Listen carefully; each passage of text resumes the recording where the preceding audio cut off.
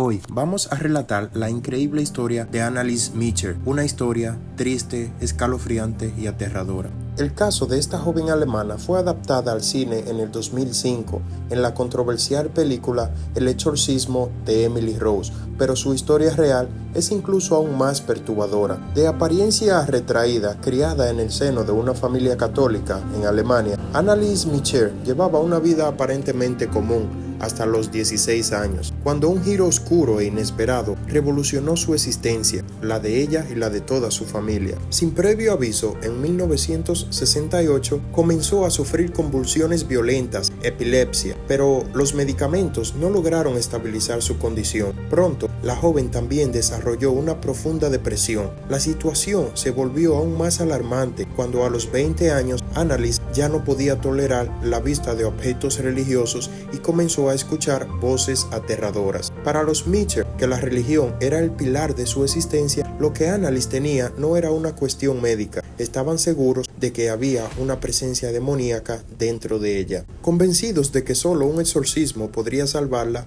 dieron con los sacerdotes Ernst Art y Arnold Renz, quienes ofrecieron las palabras que tanto necesitaban escuchar. Para ellos, Annelies efectivamente estaba poseída y fue entonces cuando comenzaron los exorcismos. La determinación de la familia Micher y su fe inquebrantable los llevaron a un camino tortuoso, donde la medicina y la religión se enfrentaron en una lucha desesperada por el alma y la vida de Annelies. ¿Hasta qué punto puede llegar la fe ciega? La respuesta a esta pregunta se puso de manifiesto durante las brutales sesiones de exorcismos que Annelies soportó. Durante los 11 meses en que Annelies fue sometida a exorcismos, su calvario alcanzó niveles extremos. Las sesiones se llevaban a cabo 2 veces por semana y podían durar hasta 4 horas cada una. En cada ritual, Annelies era encadenada a una silla, inmovilizada para evitar que se lastimara a sí misma o a los presentes. La intensidad de su sufrimiento era tal que perdió la capacidad de comer, beber y dormir de manera adecuada. Su cuerpo empezó a mostrar signos de un deterioro alarmante. Los sacerdotes, convencidos de la presencia de demonios, identificaron a varias entidades malignas en Annelies, incluyendo a Lucifer, Caín, Judas, Nerón e incluso a Adolf Hitler. Estos nombres resonaban con horror entre los presentes y acentuaban la gravedad de la situación. En las grabaciones de las sesiones, que suman más de 42 horas de audio, se pueden escuchar las voces de Annelies cambiando y hablando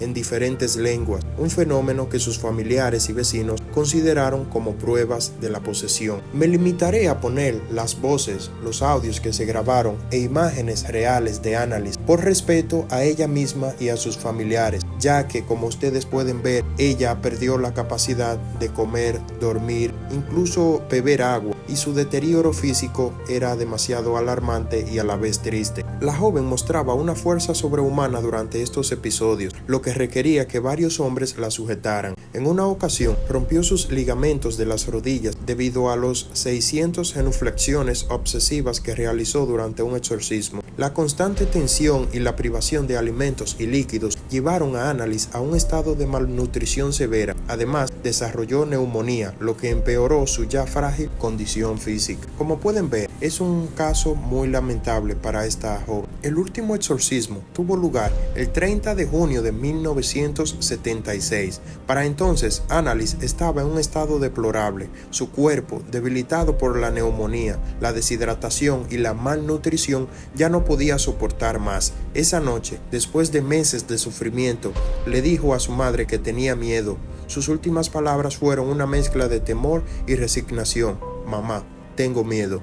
Después de 11 meses y 67 sesiones de exorcismo, el cuerpo de Annelies finalmente no pudo más. Es un caso muy lamentable porque, como podemos determinar, ya la joven, más que un exorcismo, esto había sido una tortura, por lo cual llegó incluso a repercusiones legales. La autopsia y juicio realizada después de su muerte. La autopsia reveló las terribles condiciones en las que había vivido sus últimos días. Annelies, que pesaba solo 30 kilos al momento de su fallecimiento, murió de desnutrición y deshidratación cuando solo tenía apenas 23 años. La muerte de Annelies no solo conmocionó a su familia y a la comunidad, sino que también desató un feroz debate en Alemania sobre los límites de la libertad religiosa y los derechos parentales. ¿Hasta qué punto deben los padres tener la libertad de decidir sobre los tratamientos de sus hijos? ¿Debe el Estado intervenir en casos donde las creencias religiosas ponen en peligro la vida de una persona?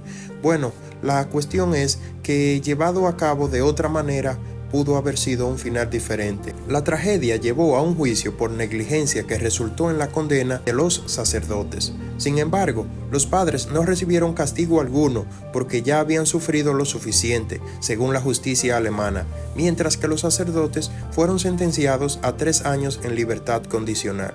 Este veredicto dejó a muchas preguntas sin responder y continuó alimentando el debate sobre la responsabilidad y la fe. El caso de Annalise sigue siendo un punto de referencia en la discusión sobre el equilibrio entre la ciencia y la religión y plantea una pregunta inquietante: ¿podría haberse evitado su muerte si se hubiera confiado en la medicina en lugar del exorcismo? Pues claro que sí, ya que es evidente de que esta joven murió por tortura, malnutrición y un deterioro físico que por causas sobrenaturales. El caso también abrió un intenso diálogo sobre la responsabilidad de la Iglesia Católica y el papel de los exorcismos en la era moderna. La condena de los sacerdotes, aunque simbólica en términos de severidad, marcó un precedente. La Iglesia se vio obligada a reexaminar sus prácticas y protocolos, especialmente en lo que respecta a la colaboración con la medicina moderna. En 1984, varios obispos alemanes solicitaron al Vaticano una revisión del rito de exorcismo a la luz del caso Micher. Aunque inicialmente sus recomendaciones no fueron adoptadas, en 1999 el Vaticano actualizó el rito del exorcismo por primera vez desde el siglo XVII. Entre los cambios más significativos se incluyó la necesidad de que los exorcistas reciban entrenamiento médico. Este ajuste buscaba asegurar que los casos de supuesta posesión demoníaca fueran evaluados primero por profesionales de la salud mental y física, mitigando así el riesgo de tragedias similares como lo fue el caso de Annalise Micher.